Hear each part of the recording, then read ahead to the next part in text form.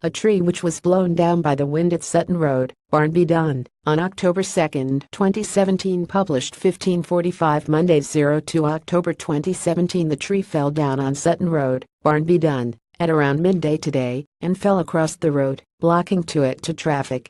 It is the latest tree to fall on the street, where residents have called for the trees to be cut down and replaced.